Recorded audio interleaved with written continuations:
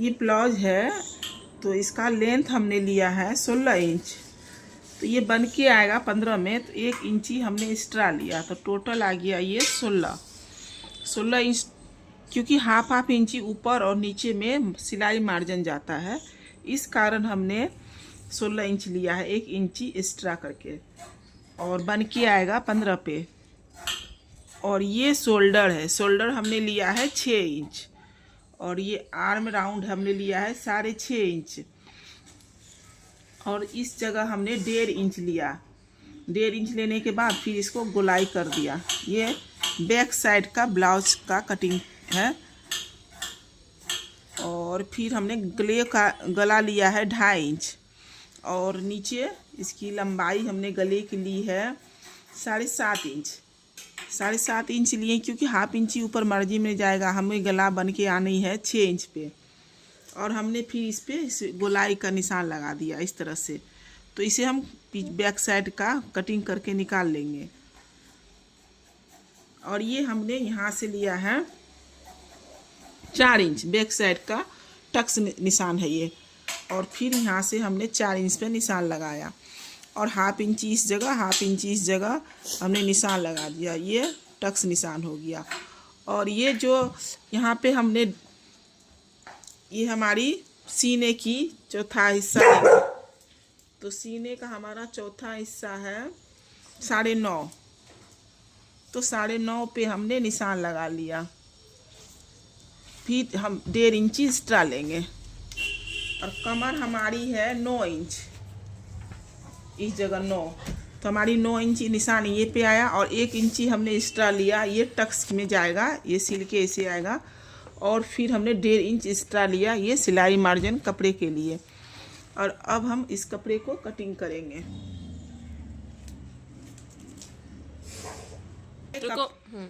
सबसे पहले क्या करना है, कपड़े में जो ये टेढ़े मेरे कपड़े होते हैं, तो कपड़े को हमको सीधा करना है। तो सबसे पहले क्या करेंगे, स्केल को इस साइड से रख के और हम चौक से इस तरह से निशान लगा लेंगे। और ये कपड़े हमारे कट के निकल जाएंगे, ताकि हमारे कपड़े सीधे बन के निकले। तो हम इसकी कटिंग करेंगे अब।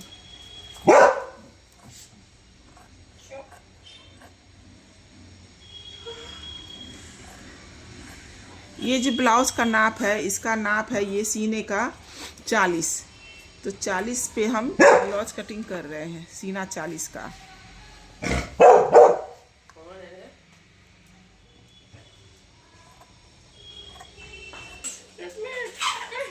अब हम ये बैक साइड पीछे का ब्लाउज कटिंग लेकर हम आगे का कटिंग करेंगे। आगे का कटिंग करने के लिए सबसे पहले हम हाफ इंची पे निशान लगाएंगे।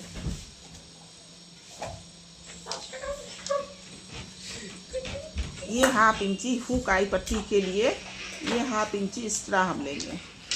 ये लेने के बाद हम क्या करेंगे, इसको इस तरह से रखेंगे।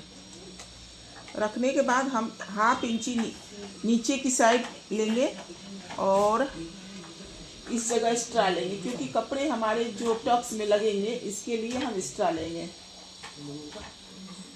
तो सबसे पहले हम इसको निशान लगा लेंगे इस साइड से, इसे इस तरह से।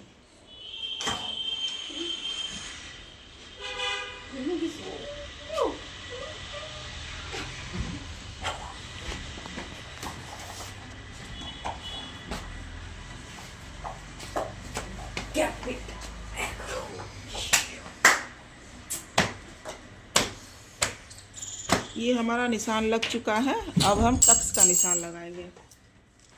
तो टक्स का निशान लगाने के लिए सबसे पहले ऊपर से नीचे की ओर हम 10.5 इंची पे निशान लगाएंगे। 10.5 नहीं तो 11, हम 11 पर निशान लेंगे। ये टक्स साइड है। अब हम क्या करेंगे, इस जगह पे 4 इंची पे ये निशान लेंगे और हम इसको इस तरह से मिला देंगे।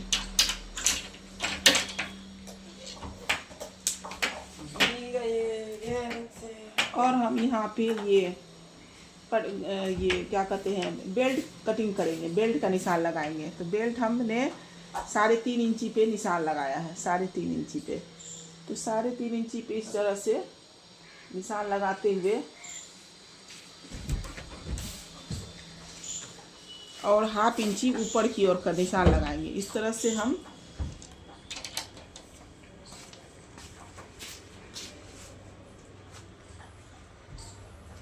इस निशान को ऊपर की ओर ले जाएंगे। ये बेल्ट कटिंग बन के आएगा। अब हम क्या करेंगे, इस जगह से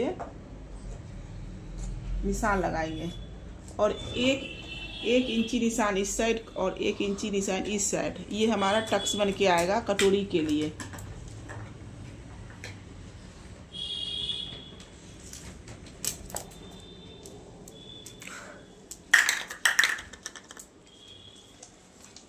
अब हम 2 इंची पे इस जगह निशान लगाएंगे।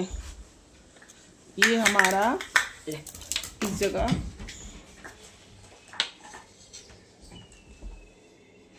ये निशान बन के आया। अब 2 जगह ये हम 2 इंची का निशान यहाँ लगाएंगे आर्म राउंड में। ये हमारा तो 1/2 इंची इतना हम इसको सिलाई मार्जिन में जाएगा ये। अब हम क्या करेंगे, इस जगह से 3 इंची का निशान लेंगे।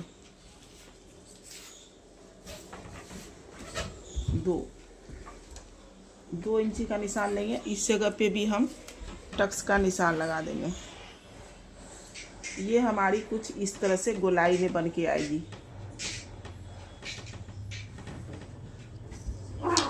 अब हम आर्म राउंड की गहराई लेंगे आगे का।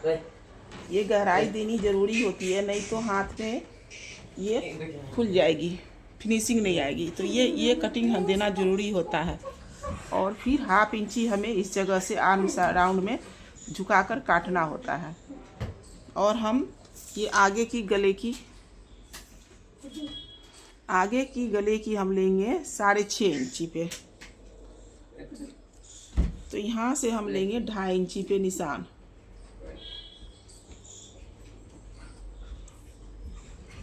इसको इस तरह से मिला देंगे।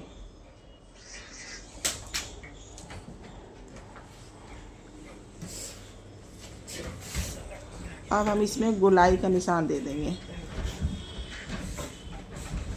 आप अपने अनुसार गले की डिजाइन दे सकते हैं आगे और पीछे। तो हमने इसे गोलाई में निशान दिया। ये हमारी परफेक्ट ड्राइंग हो चुकी है। अब हम इसकी कटिंग करेंगे।